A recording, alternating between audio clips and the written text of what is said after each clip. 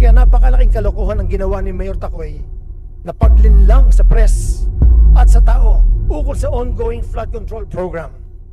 Dahil sa misinformation na binigay niya, nilunok ito ng publiko as gospel truth. Mabuti siguro kung balikan natin ang punot dulo nitong buong kontrobersya na hinaharap natin. Itong flood control na inabuso ng ilan pero sinagasaan ng lahat. Huwag po nating lahatin. And I highly recommend, especially to Mayor Tacoy of Matagob, to please exercise caution.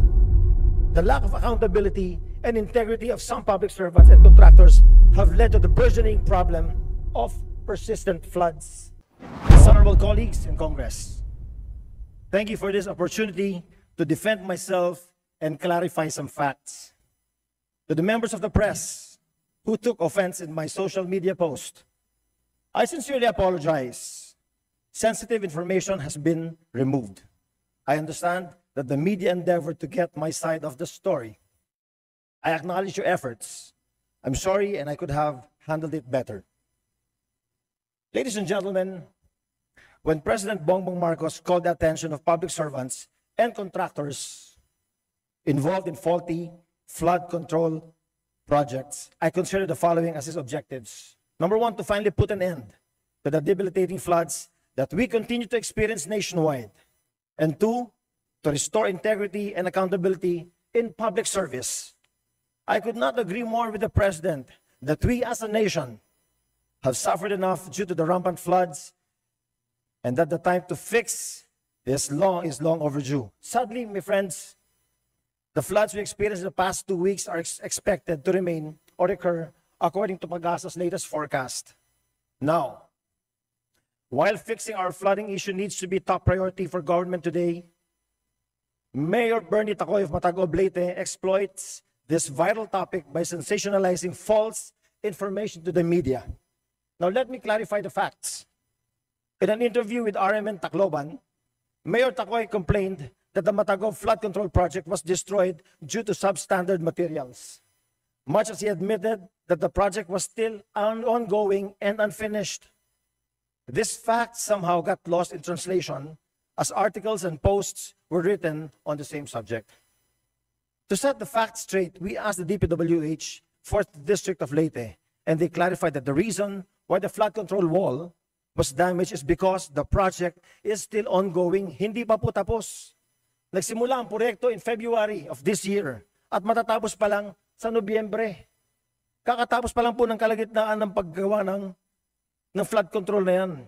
And I will explain later why this is very critical. But second, Mayor Tacoy complained that the LGU was not consulted. This is very misleading because with DPWH projects, ladies and gentlemen, the agency is required to coordinate and inform the LGU. Kaya nga po makikita nyo sa picture na yan, no? Sinasabi niya hindi rin nakipag-coordinate ang DPWH. Pero in January 16, ayan, may coordination meeting sila. Andiyan pa yung grid coordinates para malaman niya exactly kung yan nga ba yung opisina nitong Mayor Tacoy na ito. He complained in an exchange with local press that the DPWH did not get a building permit. Now, we asked the DPWH and they said that the building permits are not required for buildings. These are required for buildings only, pero hindi po ito building. Flood control po ito. There is no need for an occupancy permit because no one lives in a flood control project. What is needed, though, is a certificate of non-coverage from the DENR, which was procured months prior to the start of the project, September of 2024. Nagsimula ang proyekto in February of 2025. Now let's look at exactly what happened during last week's heavy rains that caused a portion of the flood control walls to fall. Noong August 25 po, napakalakas ho ng ulan. In fact, yung DILG kinansel ang trabaho, kinansel ang eskwela. Napakalakas ng ulan, bumaha ng gusto sa Matagob. Dahil ang Matagob, napapaligiran po yan ng dam at yan po ang naging catch basin ng distrito namin. And again, yun ang nag-cause na nasira ang flood control kasi nga, hindi pa tapos, hindi pa completed ang project. Now we asked, what was that portion that was not yet finished? When we searched for answers, we found that a certain element, ang tawag po na doon ay lock. Lock was the portion missing. Para sa ating mga hindi engineer, itong tinatawag nilang lock ay yung parte ng flood wall na lumalaban sa lakas ng presyo ng tubig.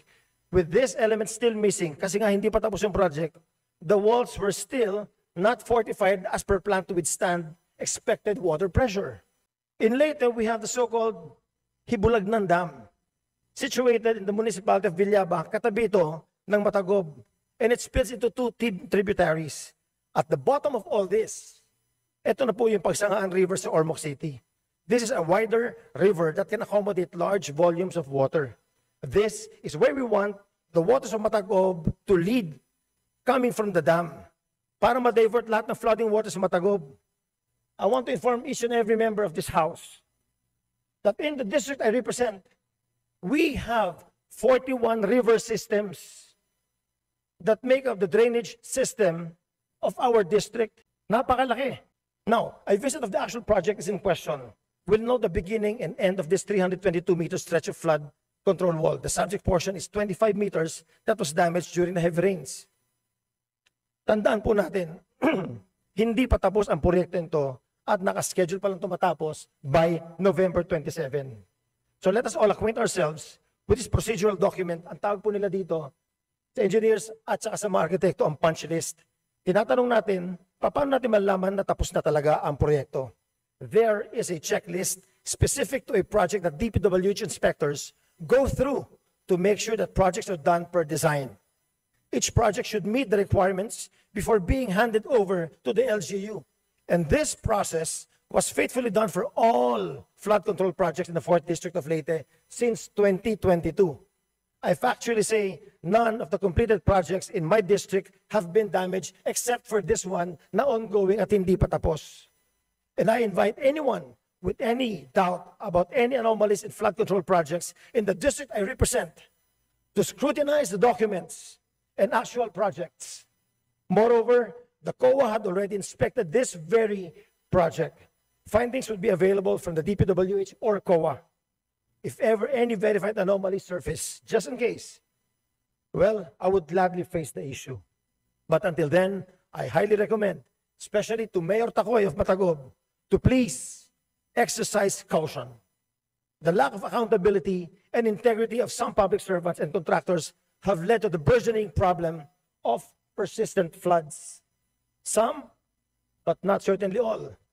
In fact, accountability and integrity of work must be expected across all professions, not just us lawmakers, and we cannot simply weaponize popular issues like this to make baseless accusations on just anybody, on just anyone. And therefore, proper verification of facts must be exercised. This is the only responsible thing to do. Tayo na mga kongresista, ang trabaho natin, gumawa ng batas. Ang sunod, ginagawa natin trabaho, mag-request ng pondo. Pag naaprubahan, dumidiretso sa DPWH. Sila nagpapabidding, binibigay sa mga natural winning bidders. Pero bago magsimula ang nasabing proyekto ng DPWH, dumadaan sa coordination to sa mga LGU. Kung saan gagawin ng proyekto at sinisigurong kumukuha ng necessary government documents for the purpose of constructing government projects. Kaya napakalaking kalokohan ang ginawa ni Mayor Tacoy na paglinlang sa press at sa tao ukol sa ongoing flood control program. Dahil sa misinformation na binigay niya, nilunok ito ng publiko as gospel truth sa lahat ng mga lumabas na interview niya sa radyo at sa TV. Mga kaibigan, mga kasama sa gobyerno, huwag natin payagan na magwagi ang kasinungalingan at maling pagbibigay ng impormasyon.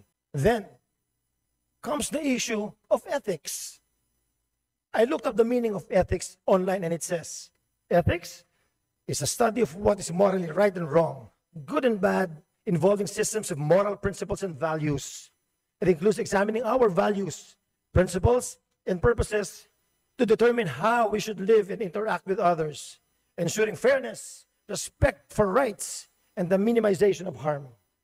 This was my contention when I called out Mayor of Baguio City, Benji Magalong, when he was issuing blanket statements implying that all congressmen in this house are corrupt. By all means, Mista, call out corruption. That is both a responsibility and a moral duty. Tutulungan kita, labanan natin ng korupsyon. But one must draw the line when it comes to generalization. It is responsible to make the fault of one, it is irresponsible to make the fault of one apply to all. Balitaan po natin ang lamesa. Kung merong corrupt na mayor, tama ba sabihin natin na lahat ng mayor ay corrupt din? Of course not. The answer is very elementary. Now, dito sa sarili nating bahay, Deputy Speaker Ronnie Puno would fault me for defending myself from baseless attacks and cite the same as an ethical issue. I've been asked about the statements of D.S. Puno. It is good that he touched on the issue of ethics. I agree. The House should step up and lead by example. In fact, this should have been done a long time ago. Let us go back to where this whole trouble started. Saan ba nagsimula ito? Saan ba ang punot dulo nito? Anomalous flood control program. Sa budget ng presidente, kinailangan pa niya mag-veto. Kasi nga hindi na reflective sa kanyang vision. Mabuti na rin na nanggaling kay D.S. Puno mismo ang issue ng ethics dahil gusto niya na isa lang sa ethics committee ang kapwa niya, kongresista. Mabuti siguro kung balikan natin ang punot dulo nitong buong kontrobersya na hinaharap natin. Itong flood control na inabuso ng ilan pero sinagasaan ng lahat. Huwag po nating lahatin. Kung may ethics committee man lang, isa lang din natin yung kumate ng budget. Huwag na natin simulan sa 2022. Kung gusto nyo, kahit nung 2025 lang. The same standard should apply to all. No sacred cows.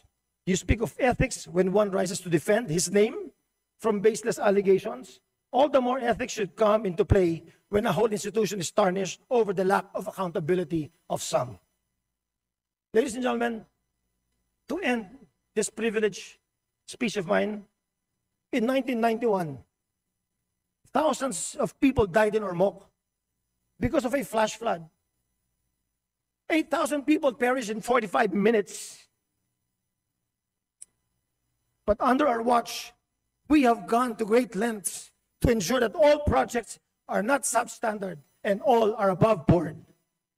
Prior to 2010, bago kami nakumupo sa Congress, marami kami naabutan na tulay na walang sapa, na walang tubig sa ilalim.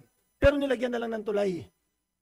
Dear colleagues, no less than the President of the Philippines has called out and exposed the issue on flood control. Alam naman natin, sa puso at isip natin ang punot dulo ng lahat ng ito. Nasa konsensya na ng bawat isa sa atin kung tayo ay naging bahagi ng lahat ng usaping ito. Daghang kayong salamat, Mr. Speaker. Magandang hapon po sa lahat. Thank you.